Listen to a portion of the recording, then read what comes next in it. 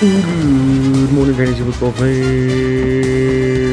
and welcome to another episode of the Brady Fantasy Football Podcast. We're going to do a quick one here. It is 9:40 p.m. on Saturday for the Sunday games here. So we're going to start with the standings. Starting off the very top, we have Scott, who beat me last week, unfortunately, to move up to the number one spot in the league, and Mahase moves to 8-3, number two. We have myself 6-5, Corey 6-5, Aaron 6-5. All sitting right there, and then we have Brian moves up 2 to 5-6, Urban Enthusiasm 5-6, the Standard is the Standard, Travis there 4-7, Silver Spartans 4-7, and finally we got Amy 3-8. Who after 2 weeks of inactivity, looks like she's finally at least hit the optimize button, dropped Daniel Jones and added Kyle Pitts. So she's back, baby. She's back. She's gonna finish strong. It begins here. It begins by logging in, and we'll see how it goes. The rest of the time here, we're going to jump right into it, into the last week's matchups. Terrible. Six points, lost by 6 points. Absolutely devastating. I was really hoping I could pull it off there in the end, but I think the 5.7 points from Stephon Diggs was really kind of the end of it there, which was super unfortunate. But I mean, hey, well played, Scott. Scott moves to 8-3. We're doing great to get a game off him. We're heading into the playoffs here. That's my last chance to play him this year, and I cooged it, lost there in the last little bit, and he gets the dub to move into first place. So congrats, Scott. Well played. And on to the next one. Liberty Bibbity, 144 points, another dominant week. The most in the league again. He's really put together quite the fine matchup here. Fine team going up against Travis there. Travis went 106 points to Liberty Bibity's 144. Four-game win streak. So he went from 2-5 to 6-5. So he's definitely on the way up, and doesn't seem to be stopping anytime soon. Last week, huge help from CeeDee Lamb, Brandon Ayuk, and the Dallas Cowboys defense to get him that dub. The only person kind of not doing his job there was A.J. Brown, but everyone else put in the work. Another highest scorer on the week. Excellent job there, Aaron. Next, we got the Silver Spartans versus Herbie Enthusiasm. Closer than maybe we thought it'd be. The Silver Spartans have only ever lost to Jake, so that's kind of an interesting little factoid there in their entire history of playing to each other. Which is it's unfortunate there for Steven there. But Herb, big shout out to Keenan Allen and Saquon Barkley, getting them 58 of those 117 points total, so about half the total there. And Herb, I mean, he's had some ups and downs. He's 5-6 right now, so trying to climb back up there, and we'll see how he does. On the next one, Team 9 versus Mahase. Big win here for Corey. Knocked down who was number one at the time, Jace. Get that dub to move to 6-5. He's gonna have a 2-game win streak. Yeah, excellent work. Justin Herbert 28 points. Jahmyr Gibbs 21 points. The Buffalo Bills D coming in for 25 points.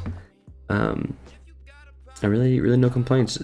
No, Jace's team didn't do bad per se. He would have beat over half of the rest of the league, but he just happened to go up against Corey this week. He got the second most on the week and get it down. So well played there, Corey. Thanks for taking one off Jace for all of us. The league thanks you for your service, and on to the next one.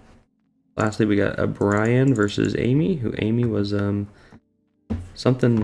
basically missing in action here. T. Higgins didn't start, Gerald Everett didn't start, Alvin Kamara didn't start, so we had 3 non-starters to Brian just to kind of cruise into that win. I mean, he would have beat most other people this week, but he happened to go up against Amy, who put on second lowest points of the season. I think the only one to beat her was her last week, which was even worse.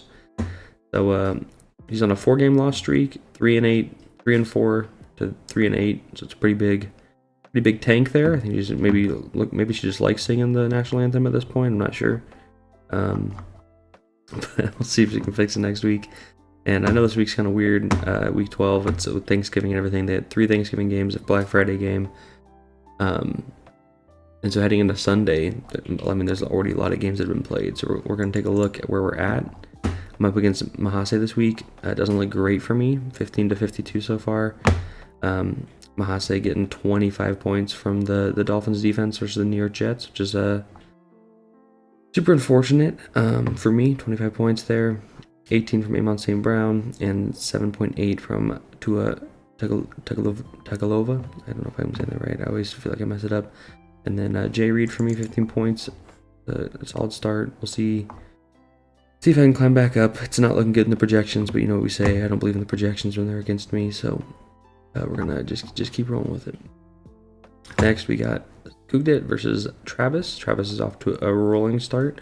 141 projected to Scott's 137. He's at 53 so far, with 31 coming in from Christian McCaffrey on that Thanksgiving night. Maybe that was last night. No, it was that Thanksgiving night game.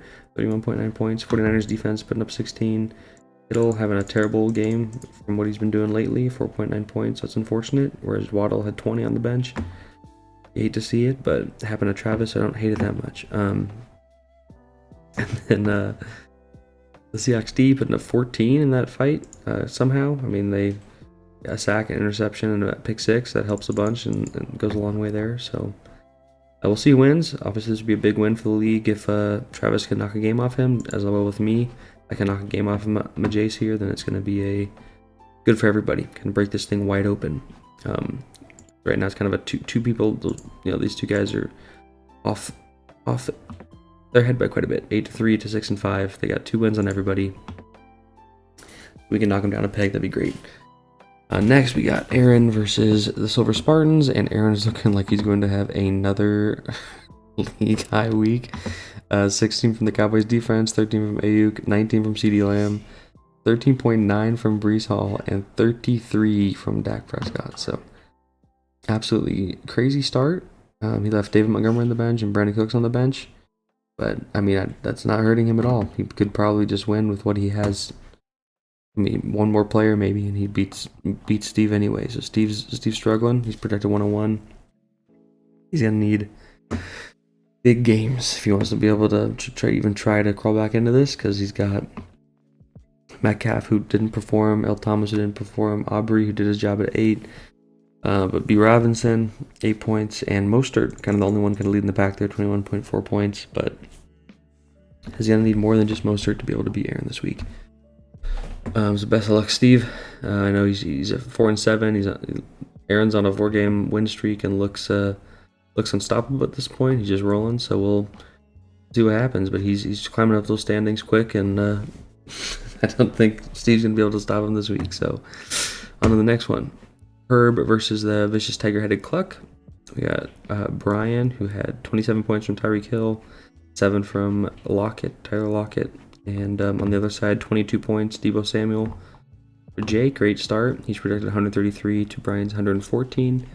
And, I mean, if I had to place a bet here, definitely on Herb. Herb's team's looking a bit better. Like, the matchup's definitely better. Saquon versus the New England Patriots should be good for him. Unfortunate for me as a Patriots fan, but, you know, hopefully we can beat the Giants. But, I mean, I don't know, man. We're coming off a bye and we suck, so I don't really know if we can do anything. He's also got Justin Fields who's back, and that's a risk he's willing to take, I guess, against Minnesota. Not a bad team to go up against when you're back. So we will see. But yeah, I think my money's on Jake there. And then finally we got Corey, who is barely projected to beat Amy, 116.3 to 116.0. He just finished up a big trade for Michael Pittman and Olave for Jamar Chase, which I didn't mention there for Travis. I don't know if Travis has him in. See if he does. Yep, he's got him in. So he's starting against Pittsburgh. Interesting to do that trade to start him against your own team there. Must not have a lot of faith in the Pittsburgh Steelers there, Chevy boy. But Corey's off to a pretty solid start. 21 points from Pollard, 17 from Garrett Wilson, 13 from Jahmyr Gibbs. Isn't great, but it's not bad either. And then the kind of stinker here is the 1 PAT miss from Patterson on Detroit there for -1 point. You hate to see that. And leaving Laporta there on the bench for 17 is another rough one. So hopefully Schultz can do it an equal, if not better, performance there for him. On Amy's side, she's back. She's moved things around, at least hit the optimize button and dropped a player. So she's got a full squad that's actually playing this week. So she's in it. She's in it to compete. I think she just mainly doesn't want to get last place, if I had to guess, for why she logged on, because yeah, she was out there for a while, 2 weeks, just outie, but she's back. Hit the optimize button, and against all odds is hoping to beat Team 9, who's on a little bit of a hot streak, 2-game win streak, both of them pretty convincing performances, and he's off to a solid start here this week. So best of luck everybody in those games. Hope you had a great Thanksgiving. I'm hoping to have some more time moving forward to be able to prep a little bit more for these, because instead I'm doing them the night before. So all I got for you this week. Quick and dirty, to the point, gives everyone an update. I will take a quick look, just because it is fun as we end this, the coach rating for week 11 here. Mahase with his 3rd perfect week in a row. Just beautiful performance. I mean, it doesn't always get him a win, but three perfect weeks in a row. You love to see it. Whereas, Amy, 36 points on the bench because she wasn't even starting full teams. So that brings the total to, we have Steve here at 113, all the way down to Mahase still, even though with his three perfect weeks, he's still leading the charge in points left on the bench for the year. So, there's that. Yeah. Getting close to playoffs. Remember, this is the trade deadline. I think is today, or maybe it was yesterday, the 24th. Yeah, the 24th. It was the end of that day, so they got the trade in there on the last day possible, because there's no more trading for the rest of the year that can happen. So way to get that in the deadline, boys. I think Corey won this one. I mean, we'll see if Jamar Chase really can connect with that new quarterback now that Joe Shiesty's out. But Michael Pittman and Carlos Olave are nothing to scoff at. And Jamar Chase, I mean, it's not like he's washed or nothing. He's Jamar Chase, but we'll see what happens. We'll see what happens. I mean, I'm more than happy to be proven wrong there, but I think Olave and Pittman's a little bit better of a 1-2 punch there. Could totally be wrong, though. So trade deadline's there. We're getting close. We got a couple more weeks till the till playoffs hit. We got this week and then 3 more after that, and then the playoffs start. So we got technically 4 more chances for people to be able to climb up that standings. And we'll take a quick look at the points for. Liberty's taken the top spot convincingly by almost 150 points. And the points against, Amy leads it. She's getting her ass beat. So, whereas me, I'm still sitting down there at the bottom for the most part, which is that's okay by me as long as I keep getting the dubs. So, we can get a dub this week. It's okay. I lost the last 2, but we're back. Come on, baby. Get that dub against Mahase. We'll see. We have 3 more chances after this. Try to stay in the top 4. Only the top 4 teams will move on. So right now, no one's guaranteed nothing. Still plenty of time for all of these, for all this to get mixed up. The 2 favorites obviously going in are Kugdit versus Majace there. And then all of us, 6 and 5, chasing the other 2 spots. But I mean, Jake and Brian have just as good a chance here. I mean, we'll see how this week pans out. We're real close. I'll have to get out my little, I forget what I called it, my spreadsheet-a-tron or whatever it was that did the projections for who's most likely to get into playoffs based off a couple of factors. But yeah, maybe we'll break them back out, my spreadsheet Robotron, see who's most likely to get in at this point. But anyways, appreciate y'all listening. This was week 11 episode of the Brady Fantasy Football Podcast, where if you're listening, you're your family.